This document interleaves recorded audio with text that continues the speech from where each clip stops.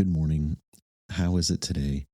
We are talking about starting a new writing project and got a bunch of notes to go over. Got Ricky back in here co-hosting, and obviously, good morning, Heidi. How are you doing? You had coffee? Are you up? You awake? I'm most sorta, yeah. All right. My house is a house full of night people. Which makes you a night person. For today, right? Starting a new writing project, as we always do on the workshops, let's give an update on progress. That is part of the usual scheme for the day. So, obviously, got Bloody Sepulchre out in audiobook, have been promoting its availability on a number of different channels. Also, getting the ebook and audiobook pairing for next month ready.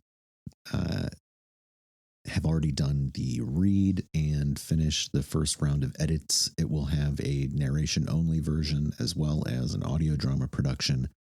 It is Anunnaki, Origin of Sumeria. I know I've talked a little bit about that in the past, being one of the ebooks, but interesting thing that I'll do, because I think I'll have everything. I think I have everything loaded up already, but I've just been kind of like dotting the I's and crossing the T's for KDP to get the pre-order ready for it. And I didn't want that to overlap with the promotion for Bloody Sepulchre as much as it might potentially. So probably later this week, I'll announce that pre-order. Nice feature for the ebooks, and then trying to wrap up production on that this week. It shouldn't take too much because there's music and sound effects already kind of sitting on the sidelines from the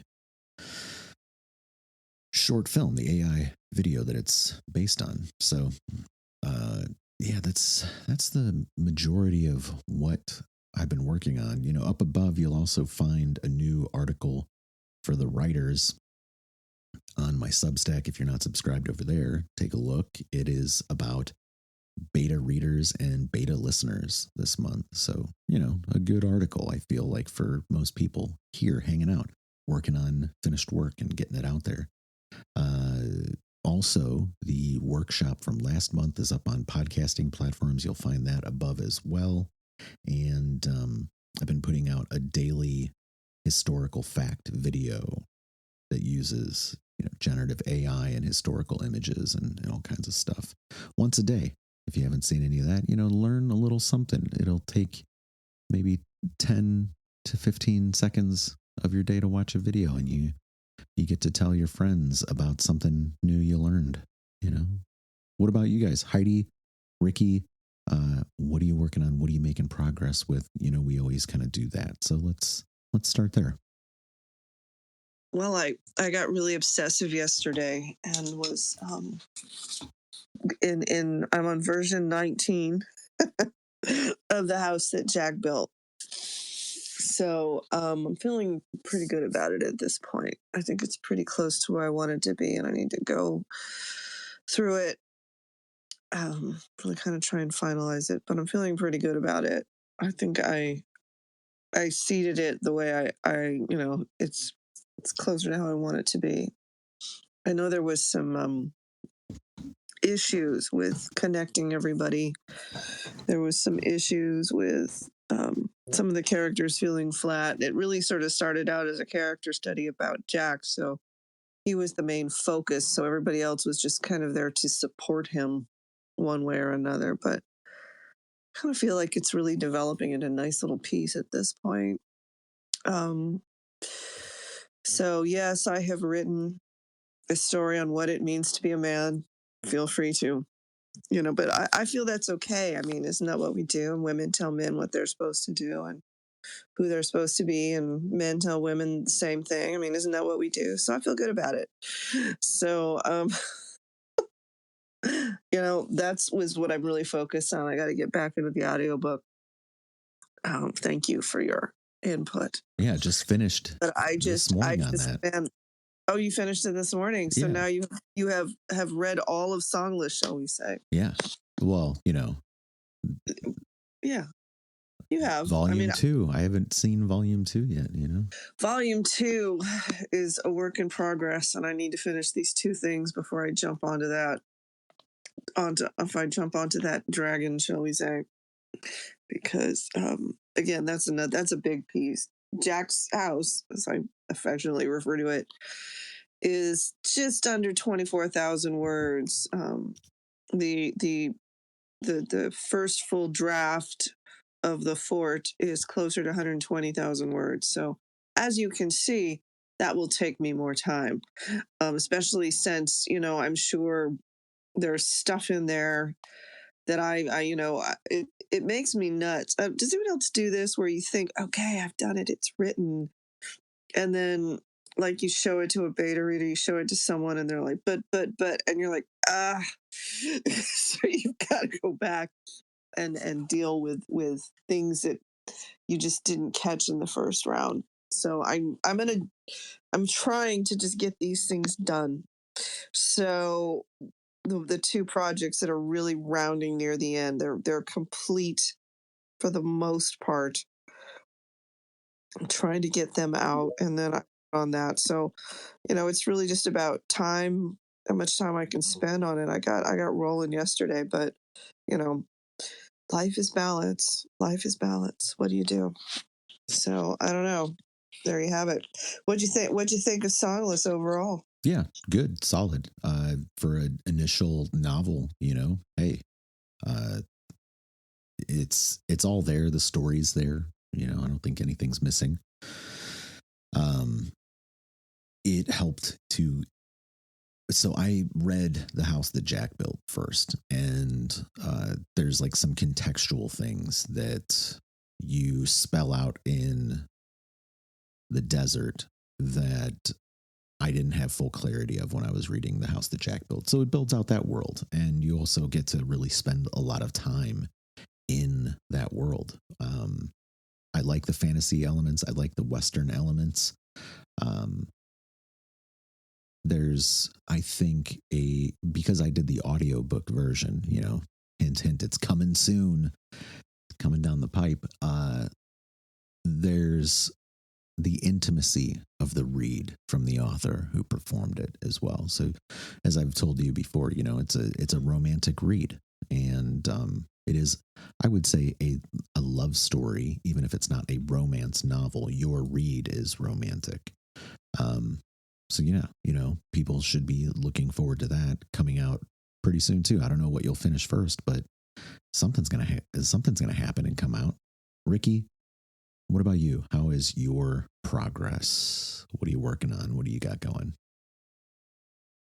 Well, I got a bunch of irons in the fire, but specifically, I've been swinging down on Draken 2. I just hit 70K on that, which is chapter 35.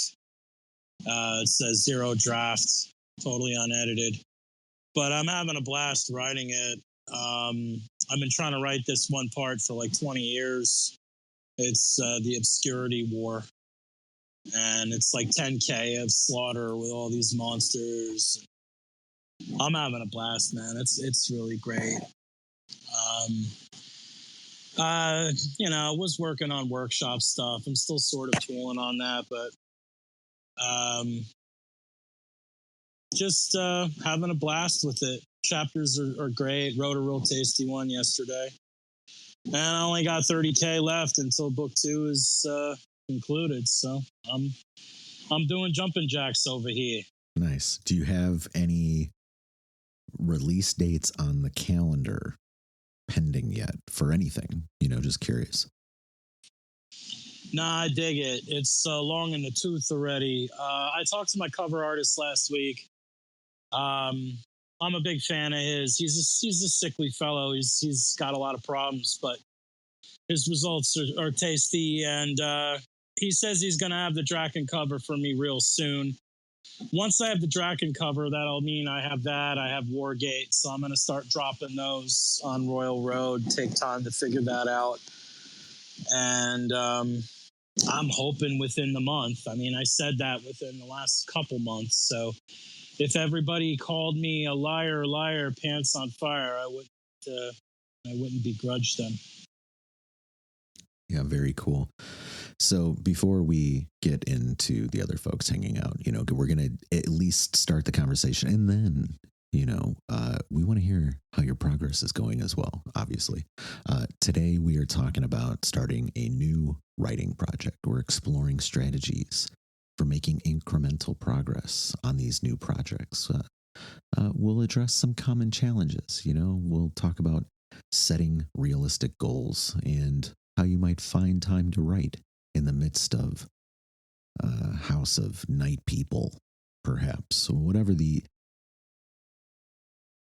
roadblocks might be. We all have them. That's okay. But for me, the biggest thing when I'm starting is to, as quickly as possible, get off of the blank page. I don't want to see a white piece of paper. I don't want to see a screen with nothing on there. Even if I just type the name of the working name of the project, get that onto the page, or kind of create some structural order for my notes, just to have anything on there so that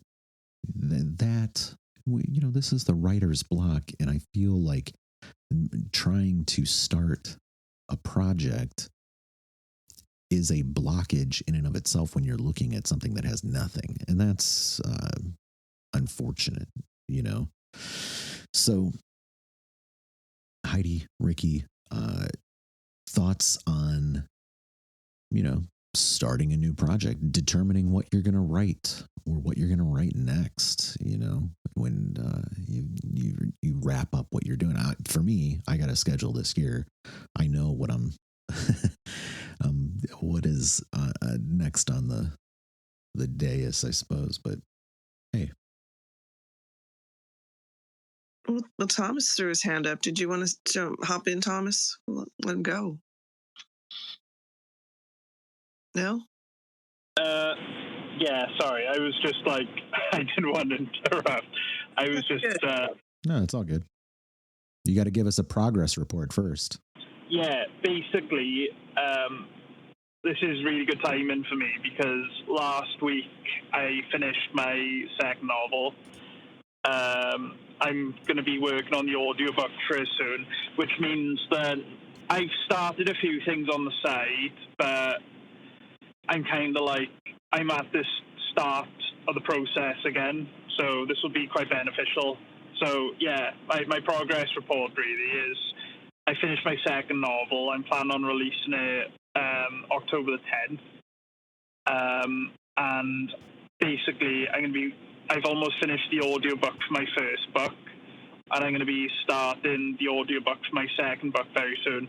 So hopefully, from this today, maybe I'll be able to decide where I'm going to go on the crossroads, whether I'm going to complete my anthology novel, or if I'm going to carry on with my third novel, basically, which is a bit of a genre change.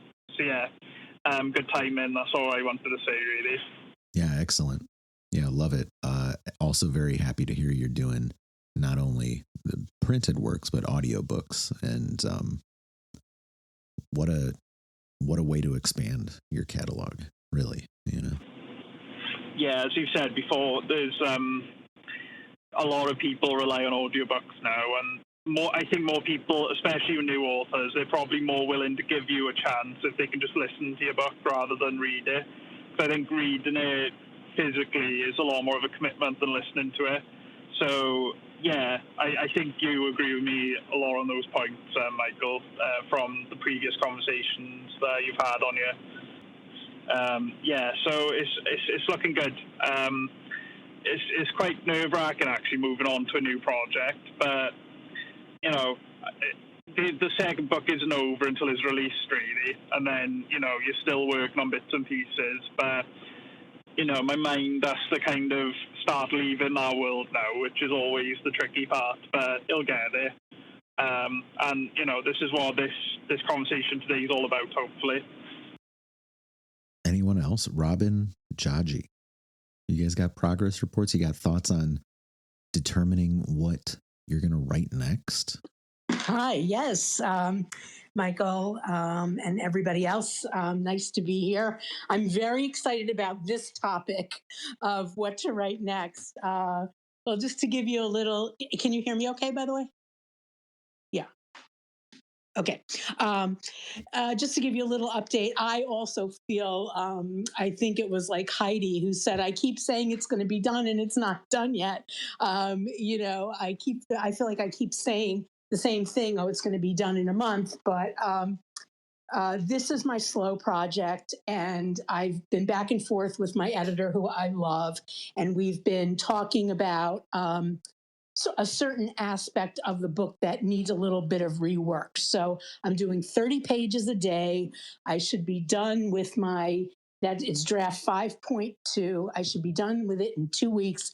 I have to go back one more time because I have a formatting issue. I did some kind of experimental formatting, which he and I realized doesn't really work. So I have to do a little bit of reformatting. Okay, that's a long way of saying I'll be done. I really will be done in a month. I really will. I'll be done in a month. And, I think I've said before, this is the slow slog.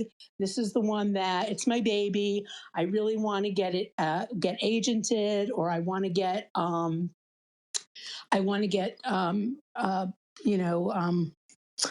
published in a small press and whatever. But because of our discussions that we've been talking about, especially Michael, talking about getting stuff out there, I already have a plan.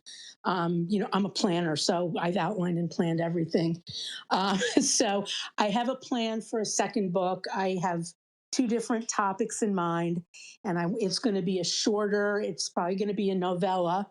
And I can't really put a time limit on it, but I want it to be done, 6 months to a year. And then, including, I'm going to have beta readers, but it's not going to be the full thing I went through with my editor this time. It's going to be good, and it might not be perfect. Thank you, Michael. It might not be perfect, but I want to get it out there, and I want to do something like you all are doing. I want to be able to get it out there and maybe get an audio version. So I'm excited about that. My question, the thing that is a little overwhelming is I'm really in the groove with what I'm doing now, and it's written and it's fixing.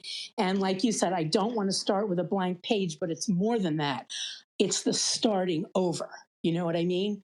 And that's I wanted to hear people's opinion, how mentally you go from like a 3-year project and it's done, and then it's like the starting over. That's when I'm a little like, oh my God, I am so damn tired right now.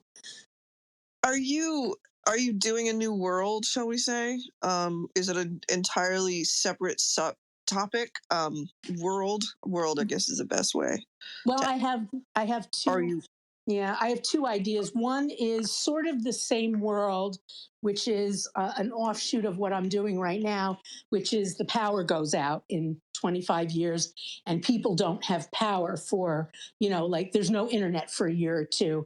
And it's not going to be dystopian. It's really about what it would like to be like to go back to an analog world after we've had digital. But you know what? I'm thinking I have another idea, which is almost, I don't really write fantasy like you do, Heidi, kind of that fantastical world. But I'm thinking I want to do a fantastical world where there's a young adult girl who, because of fortune or misfortune, becomes the first female executioner.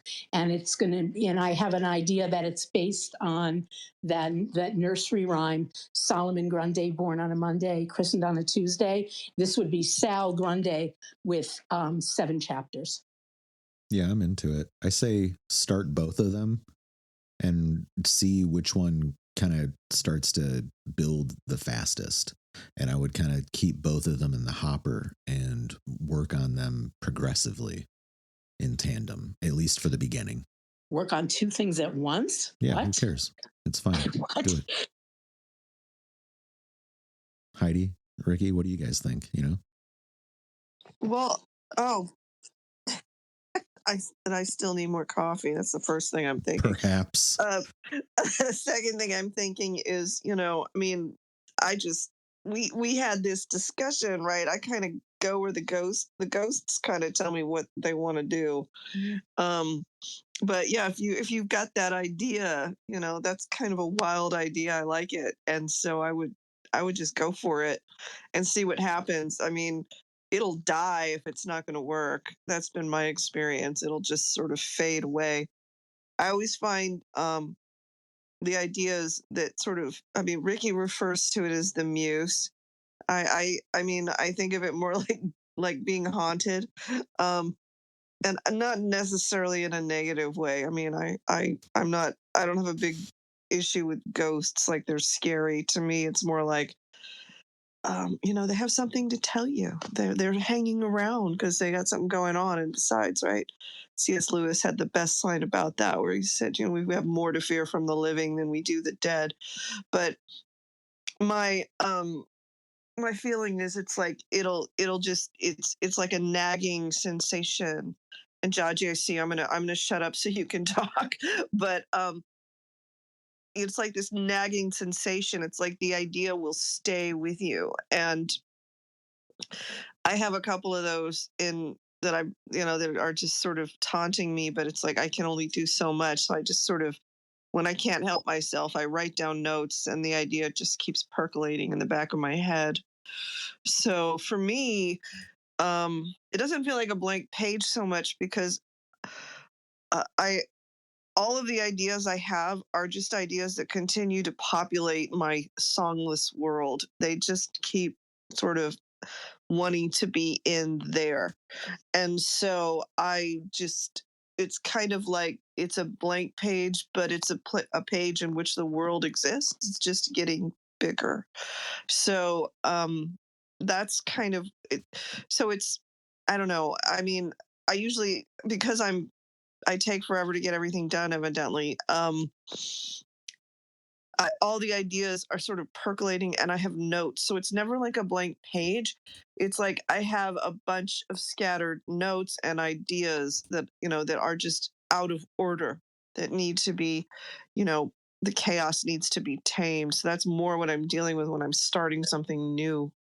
So I don't know, that probably doesn't help at all, but I like that idea that you had. And that sounds like that thing where it's like, the muse or the ghost or the haunting, where it's like, this is this idea and I can't shake it. And so it just kind of percolates, and just, it needs to come and be, it needs to exist, that kind of thing.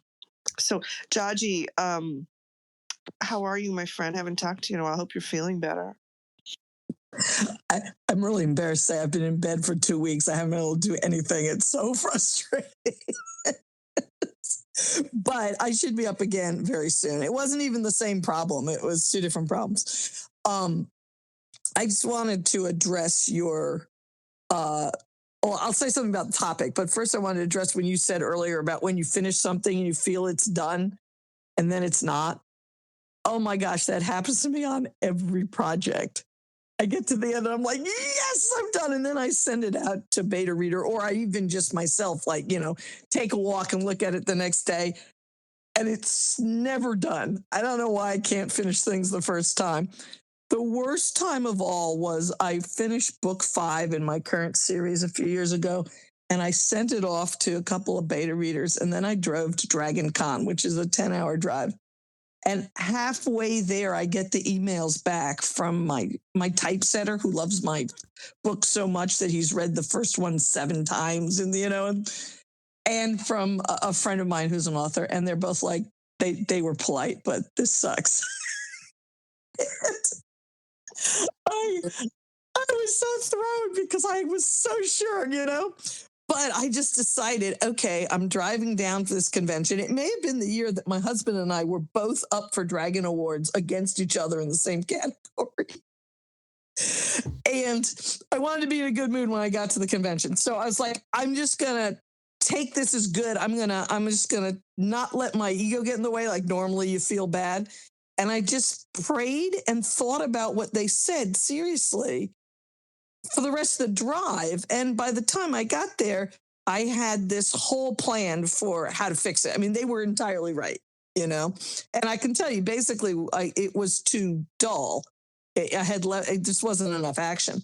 So I, you know, after the convention, I went home and I wrote 2 or 3 more action scenes. And I remember my typesetter saying, "Oh yeah, this is good." He says, "I wouldn't have ever reread the other one, but the new version he liked." So, you know, it's just it's painful for us, but you think I would learn. I get to the end. Maybe I shouldn't assume I'm done, but I haven't learned yet. Well, you know, yeah, that's my experience too. And it's like, I've done this, and I'm one of those writers who only needs to do 1 draft, and you know, I'm not. But I mean, you know, what's funny is I was talking with I think, anyway, maybe it was in here, but I about pantsers and plotters. And I think, Michael, was it you who said what you do is your first draft is actually your outline, Yeah, and you yeah. have to fill it in. And I That mean, was that came from Donald Moss. I think I was the one who said was that. it you? Donald Moss said that for the pantsers, he called them organic writers, their first draft is their outline. And I think he's right. Okay, it was you then. I don't know. Maybe you both said it. I'm willing to give credit to anyone and everyone. The point is, that struck me as true, because and I mean, even if I put together an outline, it's like I have in my head this story that I need to get out. It's kind of like it'll be kind of like the house that Jack built, which is sort of a ancillary story to the main songless story, saga, or whatever you want to call it.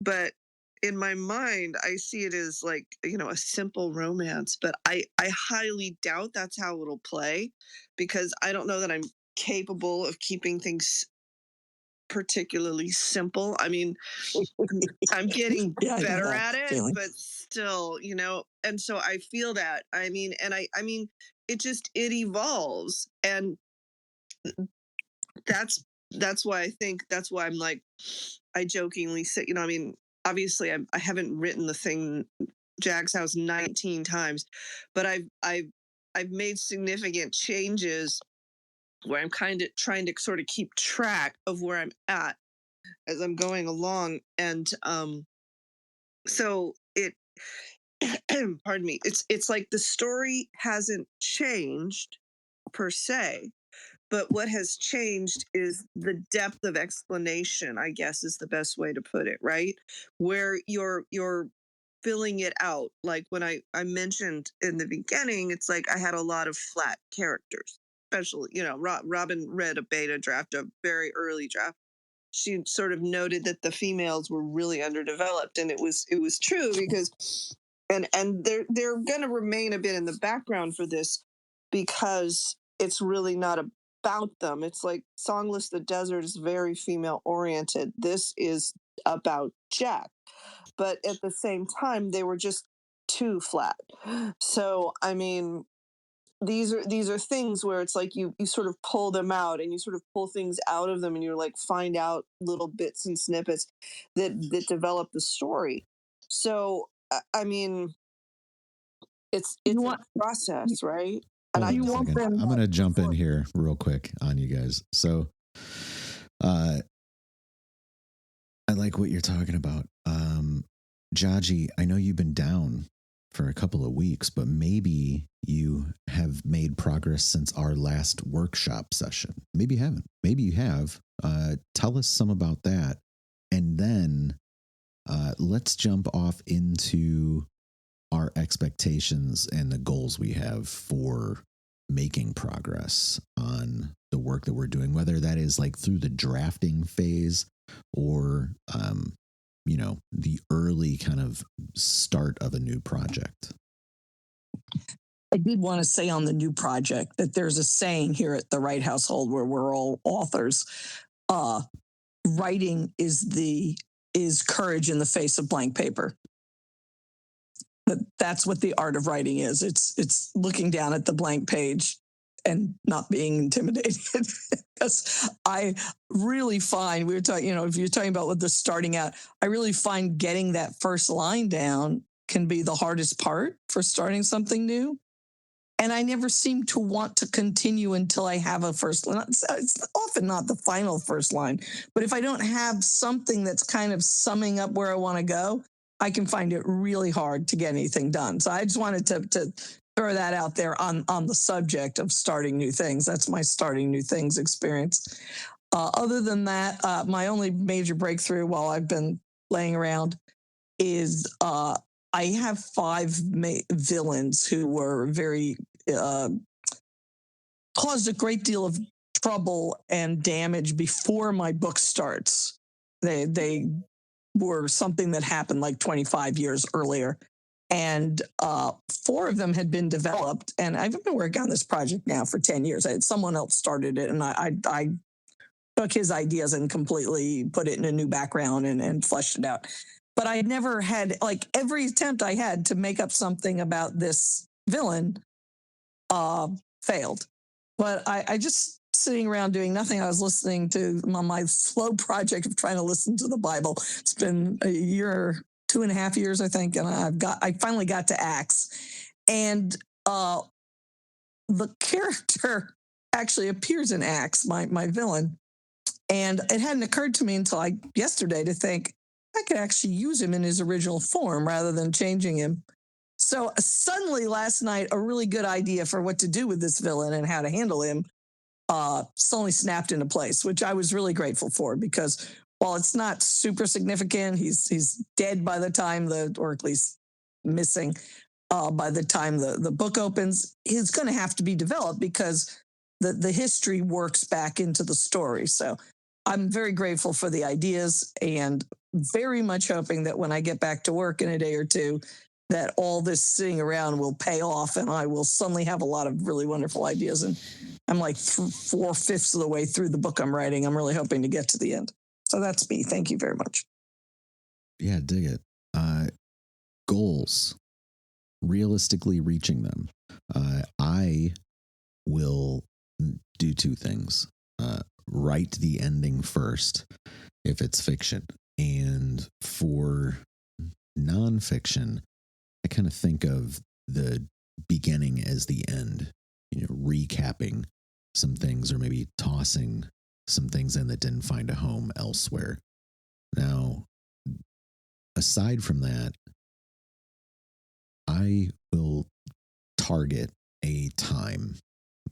If it's a project that is a year out, I don't set a particular date for releasing it, but I'll say, like, all right, springtime next year. So that could be anywhere between March and May, and it's like, okay, I know I want to put something out in that 3-month window. So I'm going to start working backwards from there. And I'll say, well, where do I need to be from, having all the design ready to beta readers? And I'll say, okay, well, when do I need maybe my readable draft ready by? And it might be like end of this year, by the final day of the year, I need a beta readable draft. And that means that I can then say, okay, I need this word count. And this is very much kind of like adjacent to how Ricky schedules out word budgets and stuff. But it is, I'll say, I need this many words a month. I need this many words a week, and look at it in that way to be able to build up the text so that I hit all those other deadlines. And again, like what Jaji was talking about, getting something down on the page so that I'm not looking at nothing, even if it's just research and notes and whatever else, I'll add that stuff in to basically have something there and to be able to work off of it. Thoughts on that? What do you guys do? George, you came up. You got progress report since the last workshop? I have no progress. I'm a bad writer. I appreciated what Jaji was saying one of the things I always enjoy is writers. I tend almost always find like have their own definition of writing, whether it's like Hemingway talking about bleeding on the page. And I think her definition is a good one, courage in the face of the blank page. I'm going to remember that. My own definition that I use, because I think everyone writes. So it's not just the act of like putting things to paper. I say that writing is the act of admitting that you're finished and sending it to your publisher. And everything else I do is just scribbling. And writing is the only hard part, and that's what separates people who are writers from people who. I'm a perfectionist. My definition is designed to overcome my perfectionism, where I just continue on a work forever and have it in my drawer after 5 years, like I do with my current spy novel. But that's what I'm working with. So I appreciate what Jackie was sharing. No other thoughts from anyone on goals for their writing? How about Ricky? Yeah, where are you at?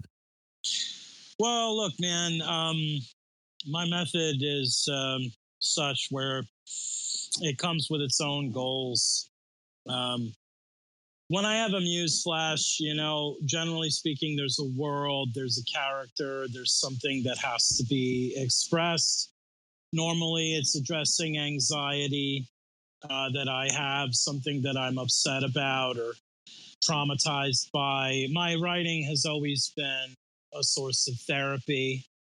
And the goal is to create a channel to express something that is twisted or warped or upsetting me.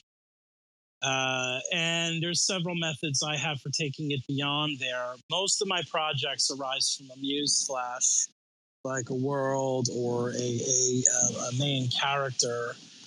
And then I have other methods for going. But as far as goals and stuff, when you do the 3-act continuum with word budget, you basically build in your own goal structure. Because the point is you're setting up chapters of a uniform length. Just to recap briefly for people who aren't familiar, if I'm writing a project, I look at the muse, I do the research, I get all my notes in order based on a 1, 2, 3 act of priority for whatever it is that I'm canvassing. Normally on YouTube, I'm trying to get data.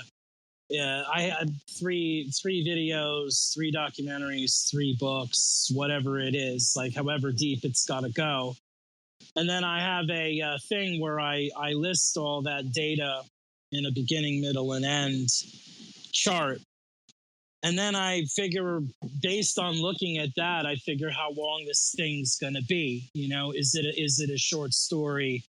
Is it a flash at 1,000? Is it a 4K story, 10K story? If it's anything more than a 10K story, is it a novella, 30, 40K, or is it a big 100,000 word novel? And I have different templates to capture that stuff. It goes up to 1 million words because I'm designing Wargate at 1 million words. So I drew 10 planets on graph paper, and the first 2 are heavily outlined. I mean, the first one's done. The second one is at the halfway point, and I haven't started the outline of the third one. But what I do is I take those 10K and I label each 10,000 word block what has to get done in that 10,000 word block. So that correlates to my map. They're traveling to the continent of whatever, Bunkerland, whatever it's called. And how long are they going to stay there? Is it going to be for the full 10K? Are they going to travel in and out in 10K? And that establishes a sort of pace structure for me of my word budget, what has to get done and what amount of words, which is also controlled, by genre. If it's an action thing, you got to have a lot more world. If it's a lot more characters, a lot more world. If it's not action packed, if they're sitting around playing cards and eating beans, it's like they have to have a lot more to do. There has to be a lot more going on, and that sort of like regulates that stuff. But I can write 2,000 words in a day if it's a good day, if it's not a busy day. Yesterday I wrote a grand. I finished chapter 35, which put me at 70K. And my deadlines, my master goals are like seasons. Like I want to have this novel I'm working on maybe by midway summer. Like I want to have it done. I don't do like hard deadlines for anything. I just write every chance I get. And I understand people look at the page and they find it intimidating. I don't find it intimidating. What I find intimidating is the world. Breathing, existing, paying taxes, dealing with humans. I'd rather look at that blank page on my screen than have to deal with this being human stuff. I'm not a big fan of that. So I guess I'm not saying I haven't heard this before. Like I was born yesterday, like more calling Orson, come in Orson. Like I understand that writers have this dilemma. I just happen to not have it. My outlines are templates. If I'm writing 1,000-word story, there's 1,000 words worth of word budget. That's 100 words 10 times. Each chapter is 200 plot points. It's 200 word plot points 10 times. That makes a 2K chapter. There's 5 of those chapters in a 10K. There's 10 of those 10Ks in a novel. All that stuff is already blueprinted out for me so that I don't have to think about it. And there's plenty of room to design pace, to make things different. Most pantsers recoil in horror when I talk about these things. They can't understand whatever it happens to be. This is with all due respect. It's a uniform response. Most people are like, oh, I don't know how I could ever do that. It's like, well, I'm telling you right now, I could never just sit down and without any preparation whatsoever, like Tom Tiernan does, and just belt out hundreds of thousands of words. I don't understand that. That's an alien concept to me. I need all those outlines and stuff to quickly sit back, like you're getting in the cockpit, you're closing the hatch, you're powering up the turbines. You know, all that stuff, if it's there waiting for me, it's easier for me to just engage, especially on a busier day. But if I write a little bit, like 500 to 1,000, if I do a whole chapter, that's great. Sometimes I'll write a chapter and then I'll go ahead in the outline and I'll tweak it based on things that happened in the chapter. And it's bliss, man. I follow my bliss. I don't have problems with maintaining goals because I don't have goals. I just have a word budget. Can I write it or can I not? The dream fuels all. The dream is everything. Get the novel done. Get the series done. Get it in print. That's what I'm looking for. All this other stuff is incidentals, you know? Anyway, I hope I haven't been rambling. I hope there's something there of use. No, that's good. Yeah, that is why I wanted you to go into the word budgeting thing, because I feel like it's an inversion of the way that I functioned with deadlines. You know, they're akin to each other, though maybe not precisely the same. That's my thought on it, at least. Yeah, if I had deadlines, that would stress me out. And stress is the enemy of creativity. So I'm not saying, I mean, for some people, look, when I speak in my own creative orthodoxy, so forgive me. Because I don't know if people know, but I'm writing a book about writing books. So I'm getting all the terminology and the philosophy, the angles and stuff. So when I speak, I'm not speaking like I invented writing. I'm not bloody C.S. Lewis or Tolkien. You know, I'm speaking in the sense that this is how I orient myself. So bear that in mind, you know. Where do we want to go next? Do we want to consider finding time to write? How do you, Ricky, you got a busy schedule, and yet you are prolific. I would say. Yeah, well, I one thing about me that's a little bit of a cheat is I'm a bachelor. I don't have I live with family, and we play board games and have supper and watch programming, and we go places. It's not like I'm walled up somewhere in a crawl space, although that would be fine too, honestly. Interesting. Yeah, but look, when it comes to this sort of thing, finding time is called every chance I get. Like every single moment that I could be working on it. When I open my eyes in the morning, I'm like, oh, maybe we can go get some writing done. Like it's not, and I work.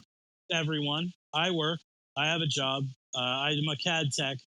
He sends me AutoCAD jobs. I draw them, and then I send them back through the email. That's how I make my bread and butter.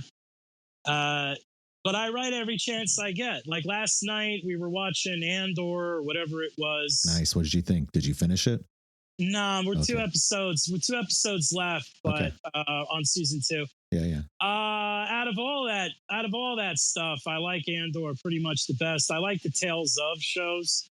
I'm not really big on this Disney Star Wars thing, though. I got to be honest with you. Reasonable. Yeah. But last night, as soon as we were done, I was like, well, I got 1,000 words to write. So I went up, banged it out. And then I went out on the front porch and I listened to it. I converted to PDF, put the PDF in a PDF reader. And the PDF reader, I'll listen to a chapter ahead or 2 chapters ahead just to see the continuity, how it all flows, if it's going downhill or if there's something choppy, and I modify off of that. So it's every chance I get. That's my take. All right. We've got a couple of hands that flew up for finding time to write. I don't know who raised their hand first. So, duke it out. Well, I was actually going to make one more comment about openings, so maybe I'll go first. It's a previous topic, and then Robin can come in with the next topic. I just thought that maybe I should mention, I think I've mentioned on here before, but there's a gentleman named Alan Wold, his science fiction writer, and for many years he would do opening workshops at conventions. And you would come in and sit down and write an opening, and he would ask published writers to appear on the panel. So I volunteered a number of times to be on the panel of judges, and it weren't judges like rating you, but more like, giving advice and stuff. When I wrote my writing book, I wrote up from my opening chapter his exercise, and I got him to proofread it for me. He was very nice about it. But basically his exercise was very simple, and it went, write 100 words. In it, you need to mention a person, a character. It doesn't have to be a human being, but a character, a location, and a hook. And it's a really useful exercise, because by the time you get 100 words and you've gone to the trouble of putting in a particular, character, a location of some kind, so you have an idea of where it is, and some kind of hook, you actually have something that makes it so people want to keep reading. And people would sometimes take this workshop, and they would later finish the story. And I think I may have told the story before. He had a rule that if you were a published writer and you were sitting in and you weren't on the panel, you had to do the workshop. He didn't want to intimidate the new writers. So my husband came in one time and they made him do it too. Jaji. And yep.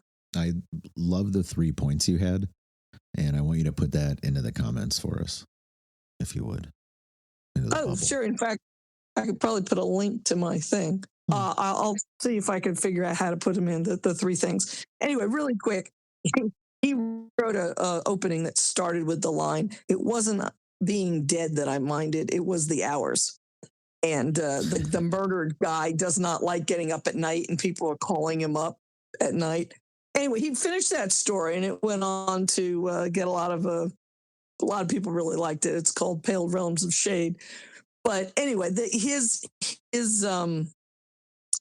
opening exercise is a great one to do if you're stuck.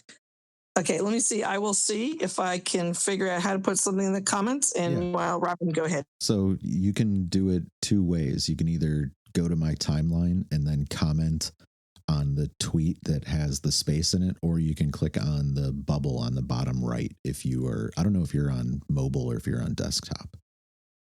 Either way, it's the little bubble with the, the looks like the word bubble button on the bottom right. Robin. Oh yeah. I was listening to what Ricky was saying about his process, and it's just interesting that everybody writes differently. Everybody has their own process. Whereas Ricky and I both do outlines, do a lot of pre-work. Where I differ is I can't have a word deadline because I'm a slow writer, and the pressure would be too much for me. So the way that I budget words and time is time. I give myself, usually it's a 3-hour block, 3.5. And I write I either say, well, within this 3 hours, I'm going to try to do 30 pages or whatever. But the time works better for me, as opposed to the word count. Because again, everybody's different, and I write maximum 1,000. If it's like new copy and I'm not editing, I'm usually editing my own stuff. But for new copy, it's anywhere from 300 to 1,000 words max within 3 hours. So, so it's just interesting how people are different. You're ripping, honestly. You guys, I'm incredibly slow by all of your standards. Maybe I'll be able to write a novel by the end of my life. We'll see how it goes. Other thoughts on finding the time to write from Heidi? Maybe you, maybe Thomas has thoughts, wherever we have thinkers. Jaji, your hand's back up. You got more things. Just really quick on the finding time. When our children were young and we had very busy lives and we had less time to write, my husband and I used to do a quota system where you can set your quota really low if your life is busy. But during one period of our life, we set a quota system and we said, if we don't meet the quota, we're not going out on the weekend. This didn't work because you make plans with friends and your family, and you can't really let them down. So we switched to, if we don't make our quota, we can't go out on the next free weekend. And that actually worked pretty well because we did want to go do things. We had plans and group activities, So we would try to hold to it that, if we have to get X number of words written that week, and if we don't, whatever the next free weekend, I'm going to have to stay home and write. It worked, but I think a real key is you have to be both idealistic and realistic. You want to be idealistic that you want to get this done, and realistic that your life is as busy as it is. So you need to set the quota reasonable. In other words, if you have time, set your quota for 2,000 words. If you don't, set it for 250 words.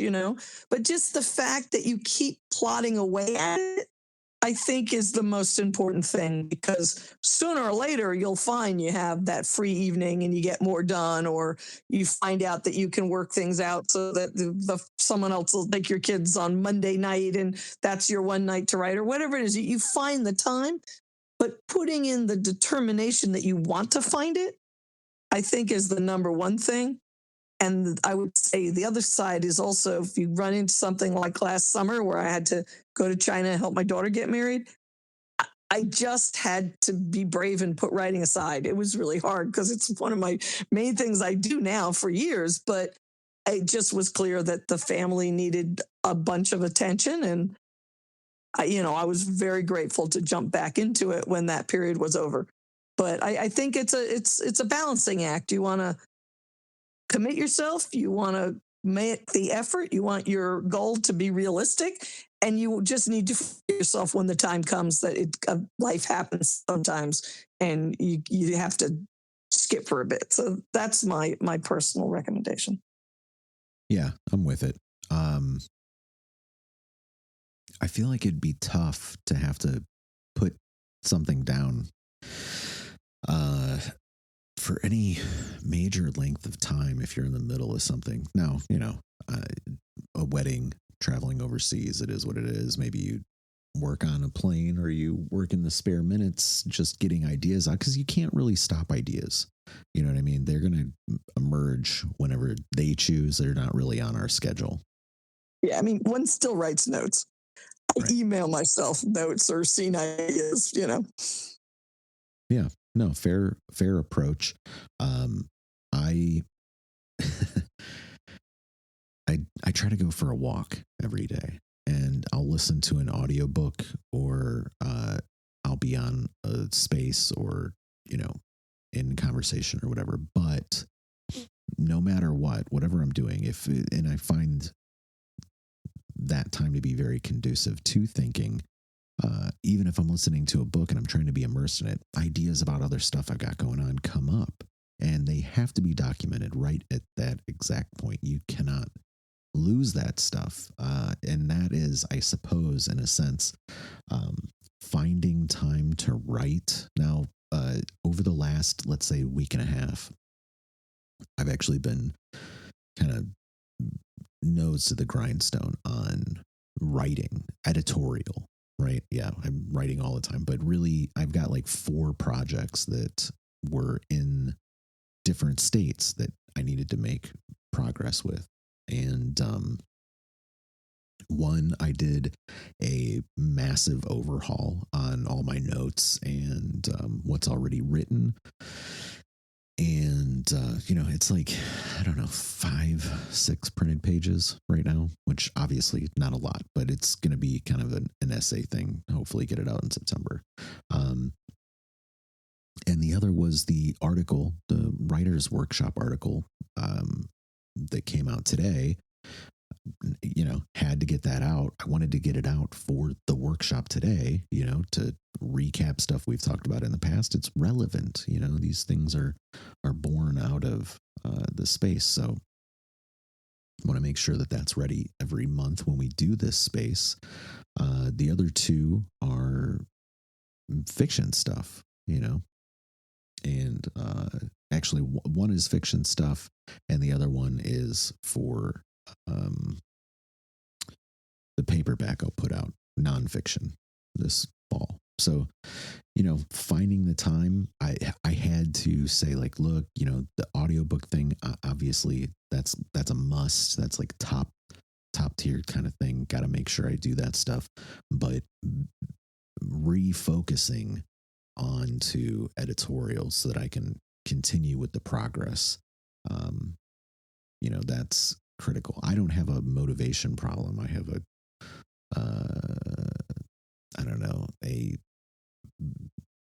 obligation schedule sort of scenario where it's like, if I don't keep busy with this stuff, then other things that I know are pending present themselves, in the schedule, just by the nature of like daily life, work requirements, weekly scheduled releases of media or whatever it is. Thomas, you got your hand raised. Yeah, I wanted to add something to this conversation, but I was driving, so I pulled over.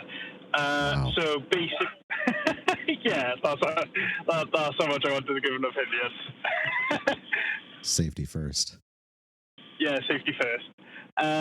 No, all I wanted to say about this was basically we all get we all get a period of time where we're absolutely enthralled with our writing and are loving it, and then you come across a massive milestone in your story, and it can completely ruffle your feathers.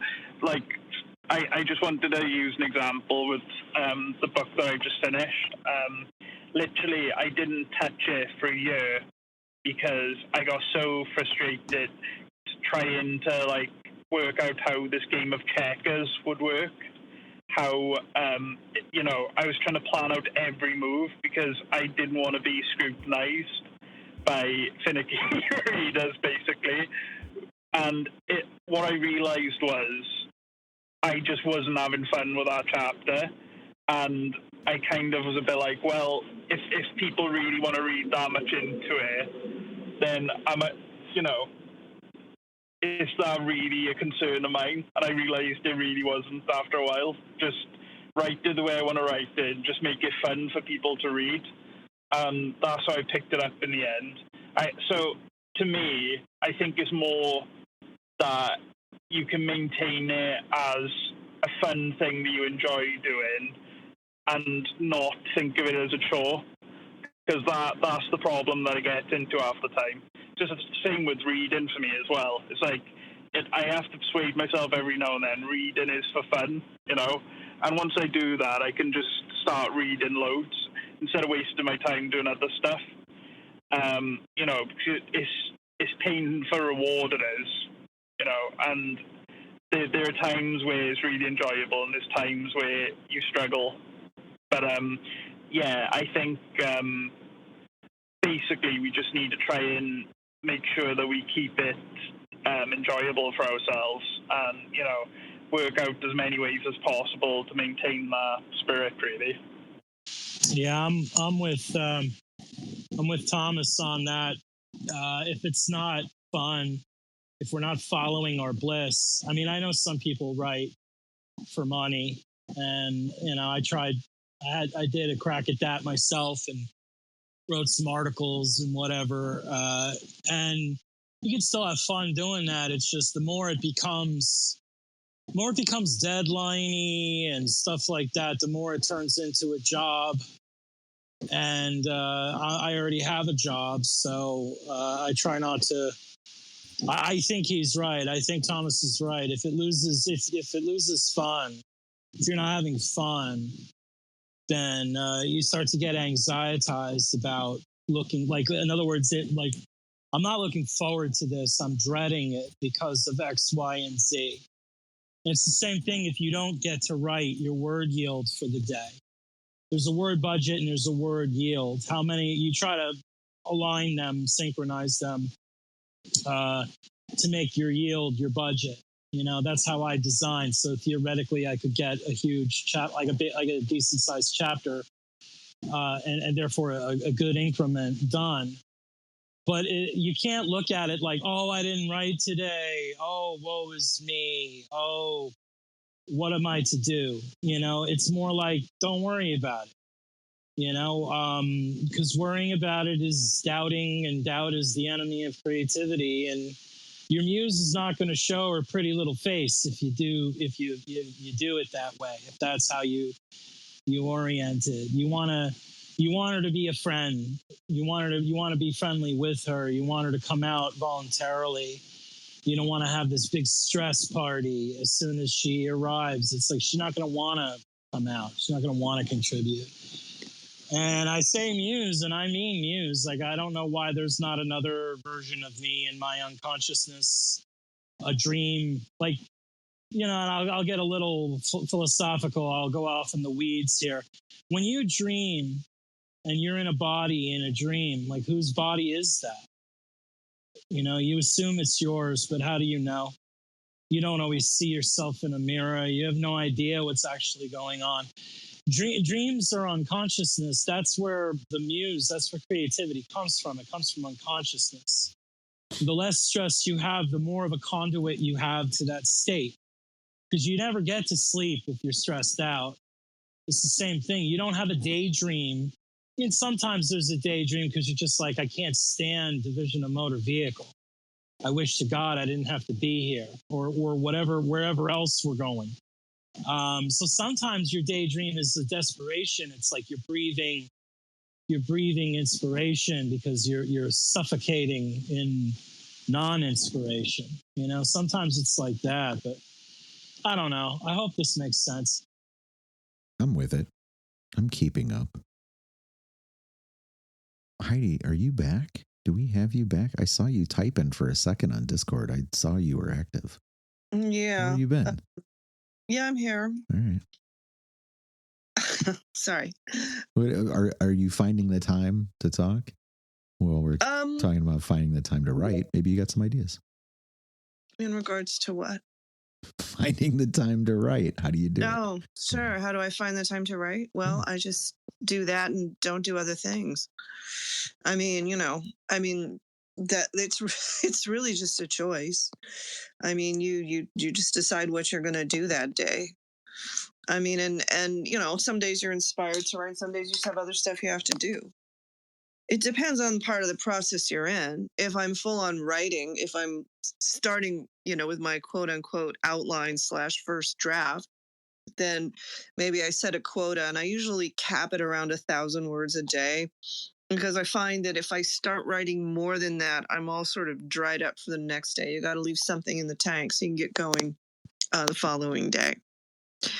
So it just depends on which part of the process I'm in.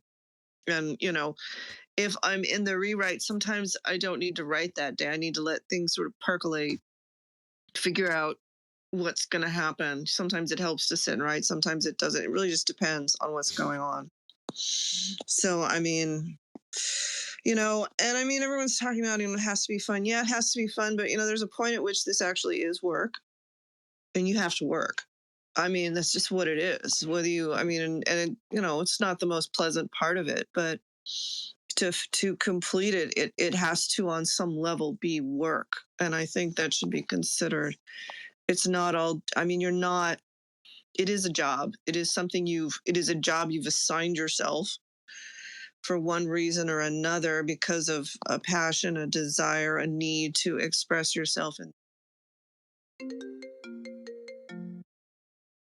has to be work for it to be of any real quality. And I'm not saying that you can't enjoy that work and you can't enjoy the final product and all that stuff, but there are parts where it's just, it can be kind of a little drudgery. I don't know. I want it to be fun all the time, and it is fun 90% of the time, but it's like Edison, right? It's 1% inspiration and 99% perspiration was his line. And I kind of feel that about it. I'm with it. Nobody wants a dried up muse, Yeah, or a streetwalker, right? Same thing, maybe. Artisan, you've come up to the stage. I recall you hanging out in Ricky's space. I don't remember your name, but we're talking about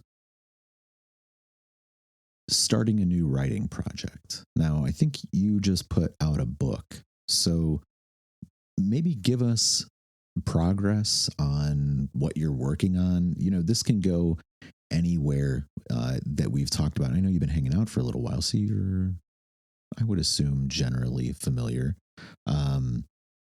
Maybe what are you dialing in on next? What are you determining to write next? What are your expectations and goals for progress? How do you find time to write? Any of those? That is a really, really good question. I have to consider that, my husband and I have been writing the books together, co-authoring, and the book that we've just published, it's majority of it is my voice.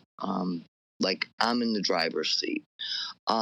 This next one, it's already in the works. Everything, we've got everything. It's like it's there. And so my husband is the voice, the driver in this seat for this coming book, and it allows me the time to be dedicated for bringing this this book forward, okay? The marketing, the whole 9 yards. And so I think that working together, because he's been diligently writing. I mean, he's got quite a bit done. And then once he gets that first draft up, then we're going to go through and we'll critique and do everything we got to do, because my voice will also be in there.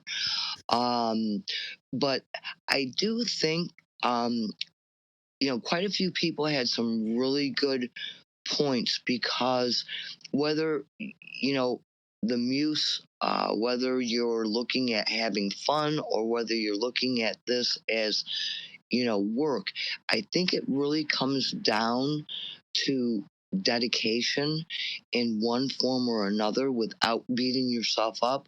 Like I could sit down and I could write straight for like 2 or 3 week period of time and just bang it out, and then I stop. My process was I would stop. I would walk away for a little bit and I'd let that percolate. And so it would get to the point where I would kind of forget what I wrote in there, and then I'd go back and read it, to make sure that the content for what we were bringing forward was as accurate as could be, or more information would come through, because we're not writing fantasy. We're writing it is a creative narrative nonfiction, with energy. And so that was our process, and it's going to be the same process beforehand. But I really think that it comes down to that internal dedication, whether the dedication is to find joy, or the dedication is to be every single day do so many words or so many pages, or whatever that process is. But I will be perfectly honest with you, I am not one that thoroughly enjoys writing. I never have. If as a kid, some said you're going to be an author, you're going to author 3 books or whatever, which I was told. I'm like, oh, no, I'm in the wrong line here. You got the wrong person. It's not going to be me. But I have a message to say, and so there's that difference of where I find it, that enjoyment, or when that muse comes forward and just kind of like, puts it on the page. And so I go with the flow.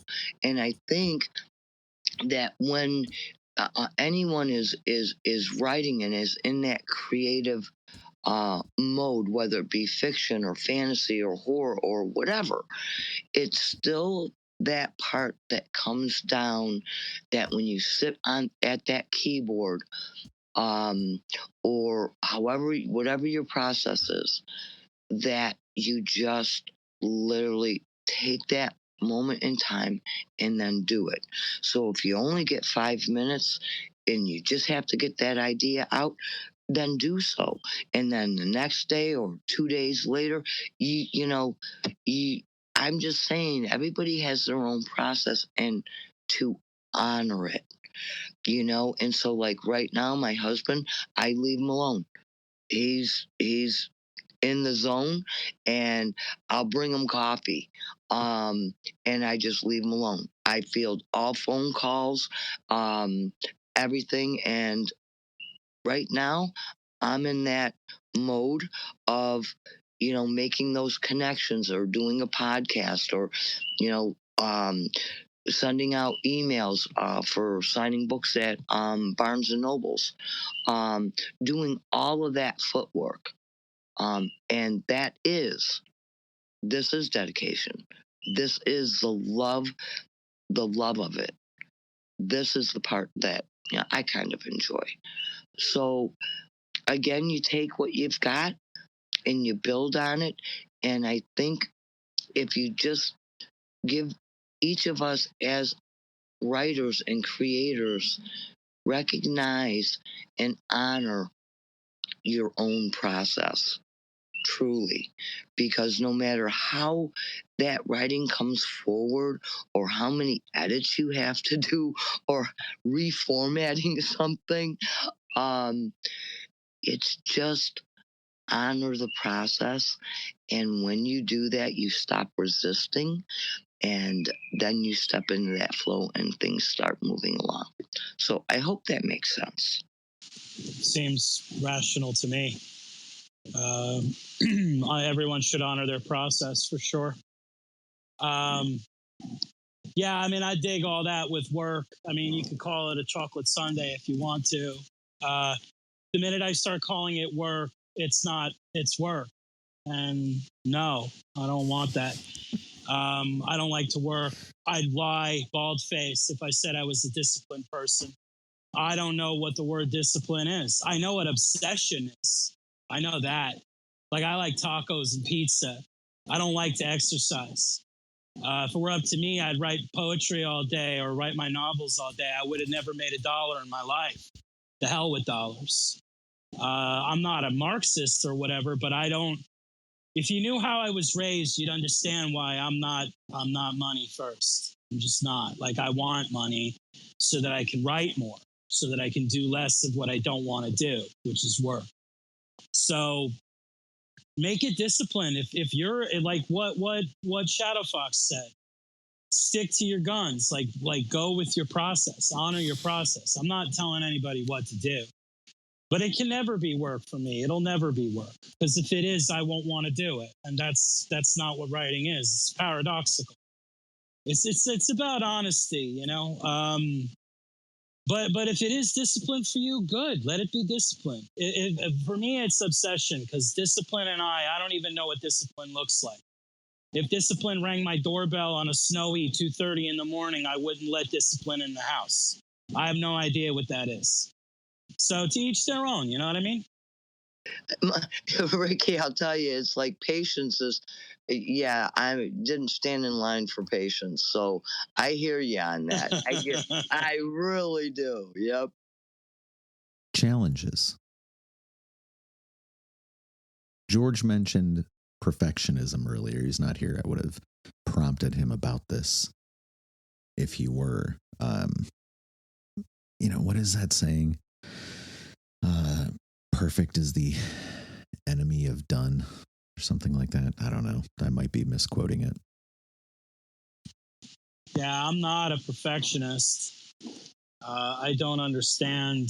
Perfectionism is like the inverse of procrastination to me.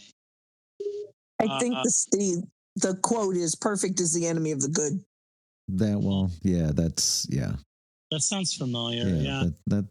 That one works as well. I feel like the one you're talking about is the classic saying, and the one I'm dialing Yours works better for us. Well, it's not mine either. That's the thing. I think it was maybe something I read from an interview or reflections with or by Mark Zuckerberg, in fact. So like that was an early commentary on the maybe the beginning days of Facebook, which goes hand in hand with the other phrase, which is move fast and break things. So you can't procrastinate. You can't necessarily be perfect.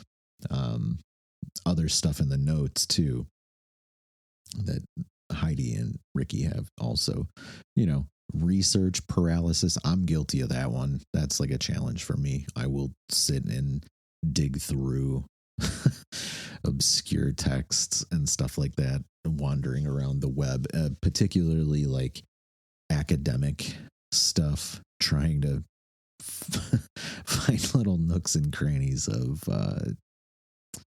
PDFs and publications, articles and stuff like that, and how to use websites. Sometimes these university project sites, they'll be in other languages, and I've had to kind of go between like translating stuff. That's a mess, but it is what it is. Do you have to do that? No. Do I want to do that? I guess I do. I guess I did. I have.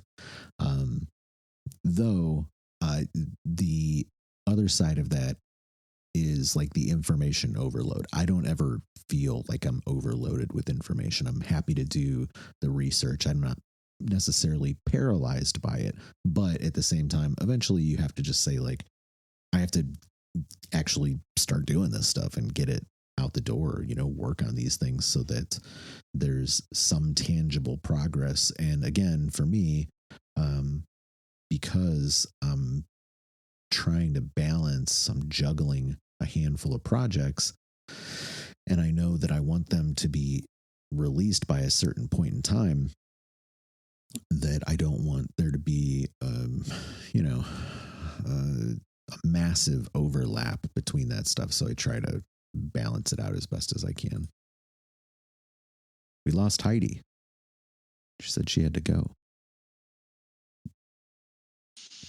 Oh my, connection issues, I guess. I don't know. She's probably busy. I know that like her son's there, and just having all that stuff going on. It's a lot to juggle, but it is that way. It'll be all right. Maybe she'll come back when she's done. Yeah, that'd be great. Challenges. Yeah, I mean, yeah. Well, when I do research and stuff, I mean, it's mostly YouTube. If I'm really getting into like a big project, I'll get a couple books on the subject. Like I'll watch podcasts that are sort of like attendant to what I'm aiming at, and a lot of times there's authorship being displayed on those podcasts. So they'll throw you a couple books. It's like, well, you want to know about shamanism, you want to know about mycology, you want to know about medieval warfare. Well, just keep reading till you take enough notes to fill your outline. My outlines are fairly extraneous, I guess, in the views of some people, but once those things are full, then, if I have to go back, I go back. But I don't ever get like an information paralysis because I write it all in outlines. And when the muse leaves those outlines, then she goes to another outline. And then it's a question of, well, they're all outlined. So when I get back to that one day, then it'll be there. If I have to add more, I will. If I don't, then I can just start writing. It's probably hunky-dory, Yeah, that's the same for me, really. Like, I try to keep good notes so that I can jump into the stuff whenever, wherever I might be, and to basically I've talked about this before, but like I keep everything in either Dropbox or in Notes so that regardless of what device I'm on or if I'm out in the world, I can basically like get right back into it. Or if an idea strikes, you can document it right there. Obviously, if you are more of a physical writer, if you actually want to do pen and paper or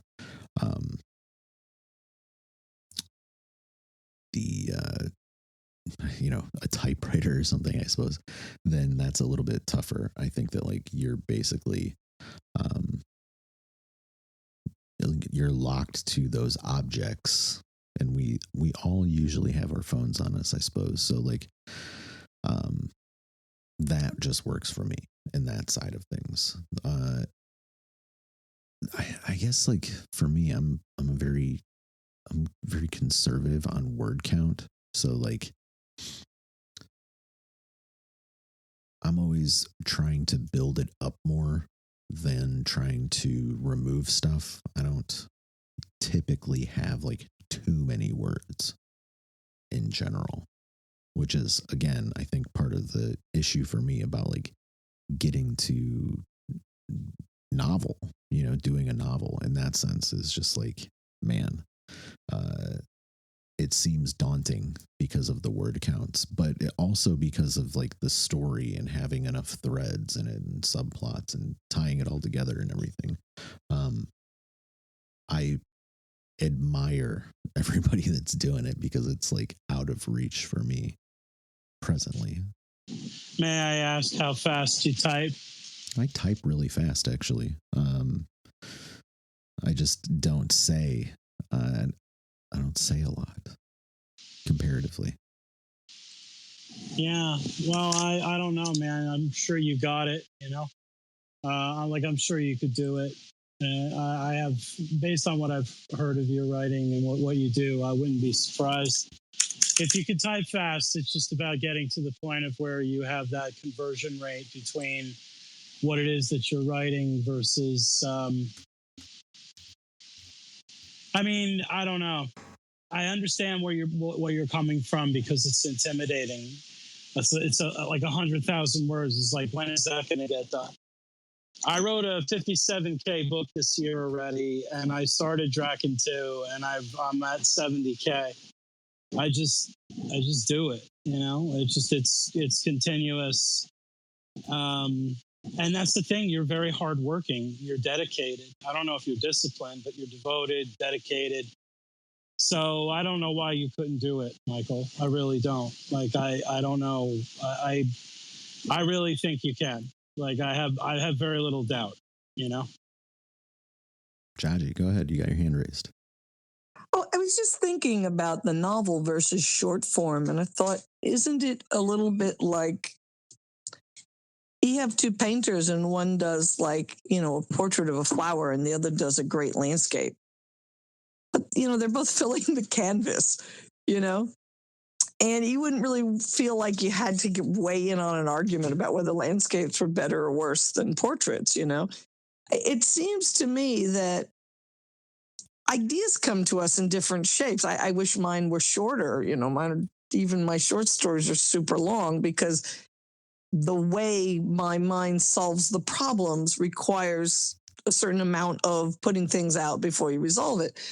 But I don't think that makes it better or worse. You know, I mean, I think if an idea for a novel came to you that, you know, then you probably could do it. But I also don't think any author ever has to feel that they should write a novel or that they should have to write something short. I think it's more a matter of, you know, we can be grateful for what comes to us. Yeah, I'm with that. I see that's the thing too. Like getting to 1,000 words, you know, I feel that milestone. Getting to 10,000 words, I feel that milestone. Getting to 50,000 words, that's something, you know, really lofty to me. Getting to 100,000 words, just a million years in the future. It just seems like, oh my God, huge word count. Yeah, I remember us having this discussion. I don't know if it was on another show or in a Discord, but I told you, as far as I'm concerned, I'm not saying, and who am I? I'm just Ricky. But once you write a 10,000 word story, to me, that's a novel. Doesn't matter. You're just writing 10 of those stories. It just happens to be continuous. There's all kinds of things that can come up that can be distractions because of how they daunt us. But there's no real, in my opinion, there's no real reason to focus on that stuff. It's different if you're busy. Like Michael, you're busy as hell this year. I'm not saying you're not. This is not the year for you to be writing a novel. You got too much on your plate as it stands. There's no room. But then that's how you got to look at a novel. You got to have enough time. Like, you know, 3 to 6 months is how I do it. Like a season, 2 seasons, something like that. That's how I think of it. But I have a unique situation. So maybe that's why. I don't speak in absolutes for that reason. Everybody's life is different. Everybody's creativity flows differently. So I get it. But I think you can do it, Michael. I'm a big believer. You know?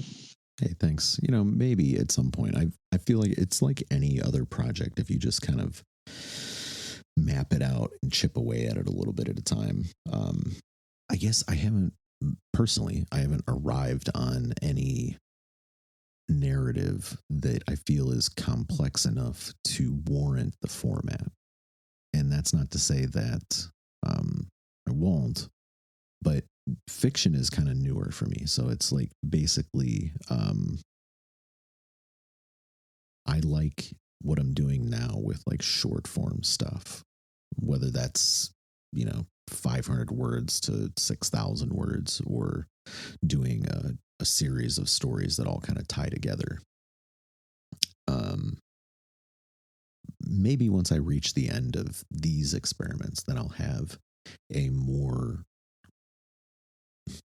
prepared view of how to approach doing a novel, to where I can actually set it up and accomplish it within a reasonable amount of time too. You know what I mean? Because 1,000 words a day, I don't know. That just seems, unless I'm doing copywriting, 1,000 creative words a day is massive to me. You guys, when you say I'm doing 1,000 words a day or 2,000 words a day, it's just oh my God. Or a chapter a day, whatever the length of that might be, is just beyond my scope. Presently, at least. Yeah, I get it. I've heard that before. Yeah, but you help people too actually develop this stuff. Yes, and in the spirit of that, if you ever want to do a show or a workshop or whatever, I could walk you through what I do, and maybe it'll help, maybe it'll annoy you. I don't really know. My advice, I'm beginning to suspect that the advice I would give is not always well received by people.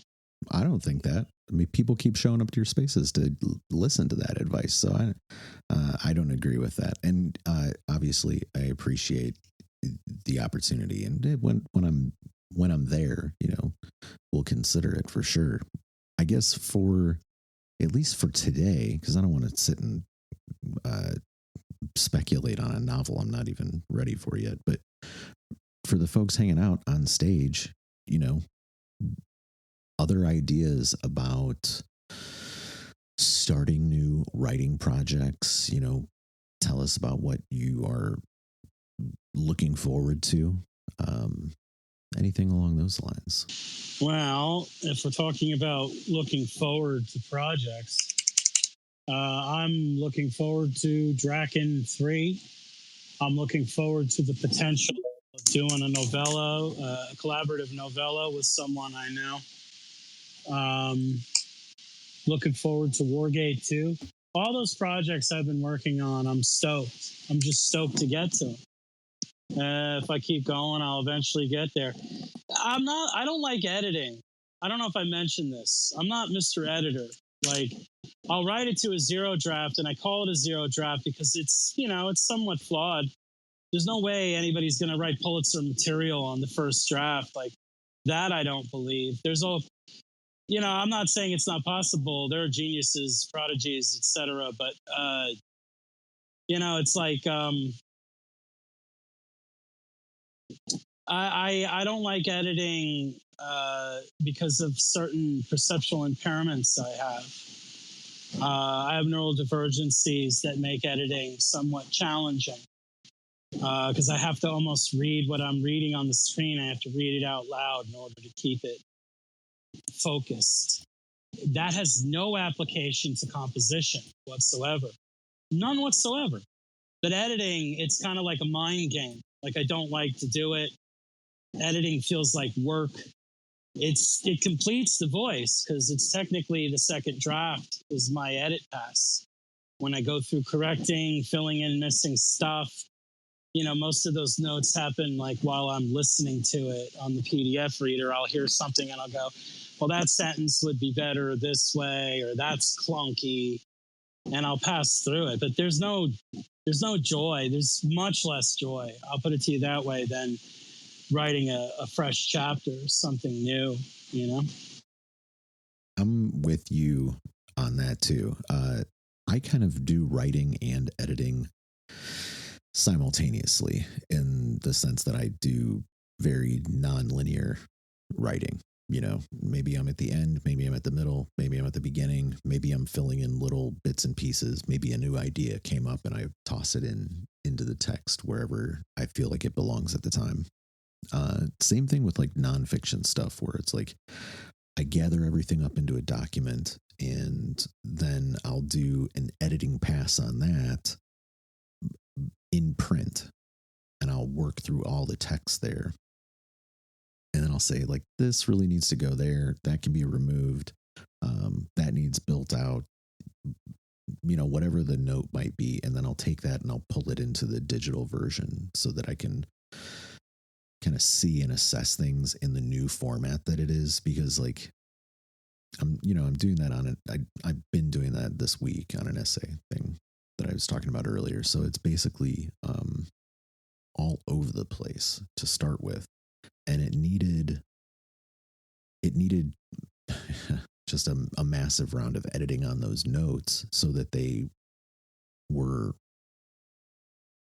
more related to each other in order. And then also there's kind of like an arc to what's occurring, because they were, again, just all over the place. I think that's very much the same sort of line of thinking of like outlining for fiction, which to me is massively helpful, because I'm not somebody who sits down and writes from the beginning to the end, which I think that you probably need to be more that way if you're doing a novel. I think that it would be very difficult to work in the non-linear way that I do for a novel. I'm only speculating because I haven't done it, but that is my sense of that. Yeah, I write linearly more or less, but I admire greatly those who can write non-linearly. The way you do, you seem to start the end at the beginning. There's certain genres, as I've stated before, that benefit from that method tremendously. And as a consequence, I don't think I'm as confident in those genres. There's always something to teach, man. There's always something to learn. That's the thing. I don't pretend like I invented fire or whatever. Like, I'm always learning. I'm always seeking, Well, hey, I feel like we've hit all the notes. I mean, do you guys have other thoughts or things you want to touch on today? This is your time too. This is your space as much as, we curate it or cultivate it. Thomas, what's up? Yeah, sorry, you've talked a bit since I had my point, but I just wanted to mention not undervaluing basically having multiple projects started together. Basically, I've started 2 separate projects now, and it just means that I got multiple areas to fill my creativity. So sometimes it can be beneficial to just start something fresh and then go back to it later, especially if it's there are projects that should probably just die in the conceptual stage. But what I'm trying to say is, if the idea is worth pursuing, but you're finding that your creative energy is drained in that avenue, there's nothing wrong with pursuing something new and allowing that new project to flow, basically, and mull over in your brain. Yeah, I'm into it. Robin. Oh, yeah. I also just wanted to mention something. I'm going to be, I have a guest spot on a podcast that's going to drop in a couple of days. I think some of you know her. It's Stephanie McNutt's podcast, Papercut and Plot Twists. And the episode is about sci-fi and space opera writers. So I'm happy to be a guest there, and I'll post the link. I'll drop the link here on X when it's available. Yeah, cool. Very cool. Yeah, I feel like, obviously I'm doing podcasts too. I feel like it's a great vehicle for going deep in terms of interview or conversation. Obviously here, this is like more Socratic. We're all kind of kicking ideas around on a topic, but like, yeah, happy for you. I'm glad that she's bringing you on. Yeah, thanks. It was really fun. Thanks. It's a recorded, it's like, Yeah. You guys already recorded it then? It's I guess you would call it asynchronous. I recorded it. I sent it to her, the MP, and then what she's going to say is, okay, now let's listen to Robin, who's going to talk about her influence. What influences her to write? Who are the authors that influence her to write? And then I just I followed my 5-minute script. Oh, okay. That's kind of a nuts way to put together a podcast.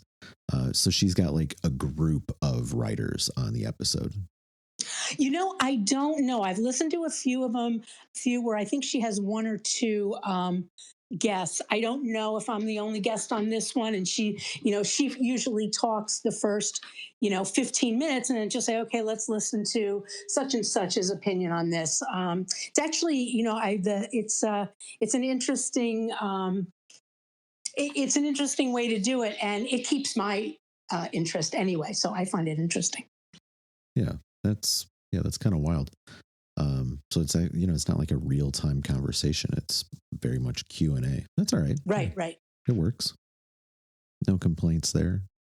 Promotion's promotion. If people are willing to make the effort and do it, that's good. Well, hey, any closing thoughts, sentiments? Yeah. Obsess. There's no such thing as perfection. Obsess. Follow your bliss. Adaptive matters before creative to attain episodic satisfaction. Adaptive is, I got to do the laundry. I got to go to the store. I got to take the kids to soccer. I got to bury a body in the backyard. You got to take care of that stuff before you start writing, folks. Otherwise, you're going to be distracted. You won't get episodic satisfaction. That's every day when I write, I feel that completion. I could earn money all day. I could do all kinds of cool stuff. I could read, listen to music. When I write that chapter, that's when the dopamine hits. That's when I feel as if I'm actually alive. Otherwise, maybe when I'm eating tacos, but like otherwise, there's not a lot going on. So yeah, don't take it so seriously. Have fun. Have a blast. That's probably my closing statements. Yeah, reasonable. How about for the other folks hanging out? Any last things to add in that maybe didn't find a home elsewhere in the conversation? No? All right. Well, hey. Hopefully the discussion on starting a new project has been useful. And, I like the workshops because I feel like I get to hear everything you guys are doing, not just the thematic material, but actually catch up on the progress. That to me is important. Thank you so much. Hey, no problem. Well, enjoy the rest of your day, and we will talk again before too long.